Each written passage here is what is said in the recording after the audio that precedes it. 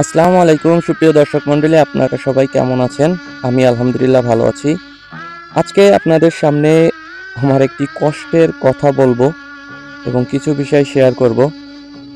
গতকালকে আমি একটা রিলস পোস্ট করছিলাম। হয়তোবা আপনারা অনেকেই দেখছেন, অনেকেই দেখেন নাই। ভিডিওটা হয়তোবা ভাইরাল হয়নি। আ রিলসটা দিছিলাম যে আমি আমার এই যে বাইকটা আছে, এই বাইকটা আমি সেল করে দিতে চাচ্ছি। আর সেল করে দেওয়ার কারণ হচ্ছে আ আমি অনেকগুলো টাকা ঋণগ্রস্ত হয়ে গেছি।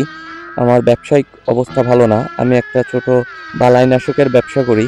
সে ব্যবসায়ে অনেকগুলো টাকা বাকি চলে গেছে এবং কৃষকরা সেই টাকা পরিশোধ করতেছে না। এর জন্য আমি বেশ কিছু টাকা ঋণগ্রস্ত হয়ে পড়ছি। আ যার কারণে আমার দোকানে মালামাল তোলার জন্য সামনে আমন সিজনে যাতে মালামাল আমি বিক্রি করতে পারি, এজন্য মালামাল তোলার জন্য আমি আমার এই শখের বাইকটা বিক্রি করে দিব। আর এই বাইকটা বিক্রি করে দেওয়ার কারণে আমার একটা আশা ছিল, স্বপ্ন ছিল, সেটা হচ্ছে আমি যে ইউটিউবার হব, বাইক রাইডিং করব এবং সেখান থেকে কিছু টাকা উপার্জন করব। কিন্তু আপাতত সেই স্বপ্নটাকে মাটিচাপা দিতে হচ্ছে। কারণ আমি আমার এই স্বপ্নের বাইকটা বিক্রি করে দিচ্ছি। বাইকটা আমি কিনছিলাম ২০১৯ সালে। হয় এমন না যে আমার বাইকটা পুরাতন হয়ে গেছে। আমি বাইকটা বিক্রি করে দিব শুধুমাত্র আমার দোকানে কিছু মালামাল তোলার জন্য। ঋণগ্রস্ত যেহেতু হয়ে গেছি, আমি মালামাল ক্রয় করতে পারতেছি না। আমার কাছে টাকা নাই। এজন্য আমি বাইকটা সেল করে দিব।